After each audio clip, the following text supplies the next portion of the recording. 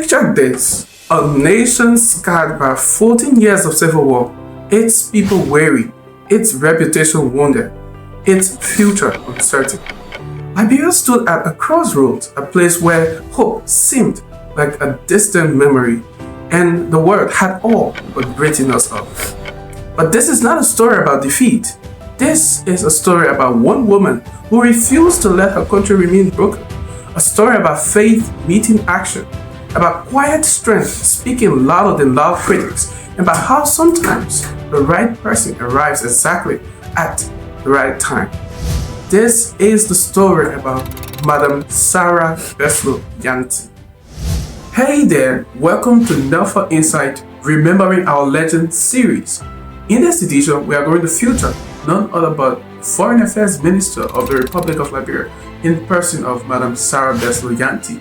We are going to talk about her rise to political prominence, not just in Liberia, but on the international stage. We'll also talk about her spiritual life, as well as key political and diplomatic accomplishments during her time in office as Foreign Affairs Minister of the Republic of Liberia. So stay tuned as I take you through this edition of our video.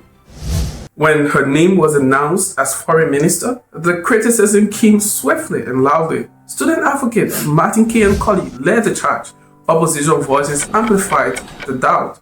News outlets questioned her qualifications. Social media erupted with criticism. But guess what they didn't know? While critics typed furiously on keyboards, Madam Nyanti was already lacing up her boots. While they debated her credentials, she was picking up the phone and calling world leaders, rebuilding burned bridges and quietly assembling the pieces of Liberia's shattered diplomatic machinery. She didn't defend herself with press releases or social media clapbacks. She simply got to work, because that's what real leaders do. They show you rather than tell you. Let me paint you another picture, this time of what the Ministry of Foreign Affairs used to be. There were whispers of illegal passport sales, stories of poor services, allegations of misconduct swirling around its leadership. It was frankly an embarrassment, a symbol of everything that had gone wrong with our nation's institutions. But then came the transformation. Under Madam Nyanti's leadership, something extraordinary began to happen. First came the moment that made the world sit up and take notice. Liberia secured a non-permanent seat on the UN Security Council. Not just secured it, but dominated it. We needed 128 votes. We got 181 votes. Let that sink in. 181 nations said yes to Liberia and believed in us again. This wasn't luck. This was the result of an aggressive diplomatic campaign, unprecedented national unity, and a foreign minister who understood that Liberia's voice deserved to be heard on the international stage. Then came another breakthrough. The United States approved a new 3-year multiple entry visa policy for all Liberians with no reciprocated fees. President Bokar called this a symbol of deepened bilateral trust, but we know what it really represents: respect. Respect earned back, one diplomatic win at a time. Since February 2024, their achievements have continued to stack up, strengthening economic diplomacy, expanded international partnership, deeper relationship with WHO, ECOWAS, and the United States. And perhaps most importantly, Liberia is now seen as a serious investment destination, especially in the areas of critical minerals. But here's the secret that the critics missed. This wasn't sudden success. This was decades in the making. And this was something that none of them have comprehended at the moment. Let me tell you who Madam Sara Beysolow Nyanti really is. She is Liberia's highest ranking official ever in the United Nations. Read that again, ever. She served as UN Assistant Secretary General. She was a humanitarian coordinator. She led UNICEF operations across Yemen, Gambia, and South Sudan, some of the world's most challenging environments.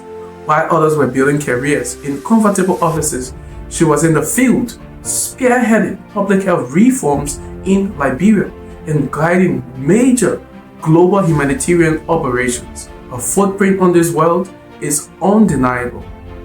Every Sunday, you can find her at Salem Baptist Church in Broadville, Parker, not as a foreign minister, but as a minister of the gospel, a congregation of which I am blessed to be a member of. Her leadership isn't just administrative, it is spiritual. She carries a deep conviction that national transformation begins in the spiritual realm and then it manifests in the physical. And watching Liberia today, it is hard to argue with her. She is a mother, she is a leader, she is a woman of God. She represents the best of Liberian womanhood, strength without arrogance, discipline without rigidity, humility without weakness, and relentless service without expectation of praise. Here's what Madam Sara Beysolow Nyanti has taught us. True leadership is not inherited from family names or political connections. It is earned through services. It is proven through results. It is lived out through integrity.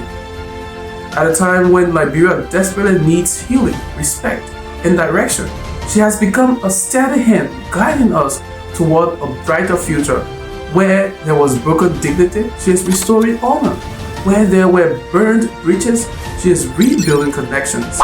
Where our name had faded on the world stage, she is elevating it once more. And perhaps most importantly, she is showing young Liberians, especially our daughters, that greatness is possible, no matter the obstacles, no matter the doubters, no matter how loud the critics scream.